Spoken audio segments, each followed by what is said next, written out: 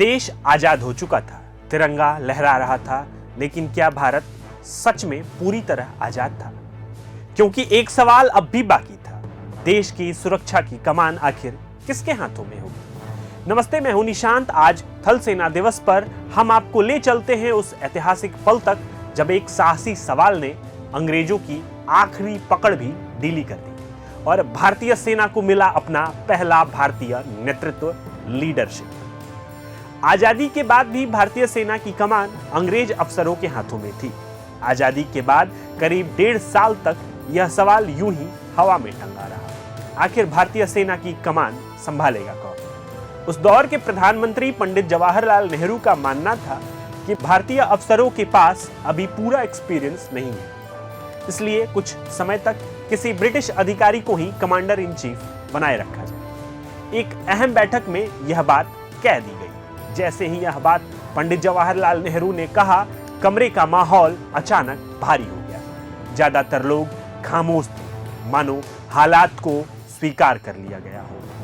तभी उस खामोशी को तोड़ते हुए लेफ्टिनेंट जनरल नाथू सिंह राठौर खड़े हुए और उन्होंने सीधे नेहरू से सवाल किया, सर, हमारे पास देश चलाने का भी तो कोई अनुभव नहीं था, तो क्या हमें भारत का पहला प्रधानमंत्री किसी अंग्रेज को बना देना चाहिए था?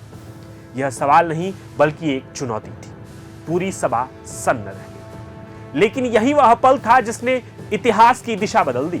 नाथू सिंह राठौर ने साफ कर दिया कि भारतीय अफसरों में न सिर्फ क्षमता है बल्कि देश और सेना के नेतृत्व करने का जज्बा भी है। इसके बाद उनसे कहा गया कि वे खुद क्यों नहीं सेना प्रमुख बन जाते, लेकिन उन्होंने अनुशासन और परंपरा को सर्वोपरि रखते हुए इससे इनकार कर दिया और कहा कि सेना की कमान वही संभालेगा जो वरिष्ठ हैं।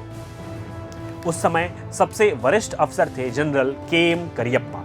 1919 में सेना में शामिल हुए ऐसे अधिकारी जो अंग्रेजी दौर में भी कभी दबे नहीं, जिन्होंने भारतीय सैनिकों को बराबरी और सम्मान दिलाने के लिए संघर्ष किया और विद्रोह को बंदूक से नहीं बल्कि समझ और संवाद से संभाला। इसी वजह से उनके इलाके में शांति बनी रहती थी।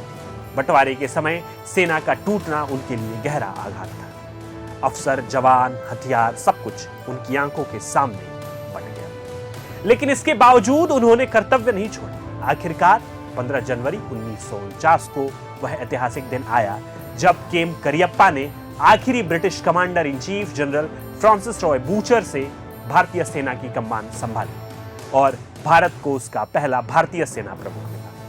इसी ऐतिहासिक फैसले की याद में हर साल 15 जनवरी को भारतीय थल सेना दिवस मनाया जाता है।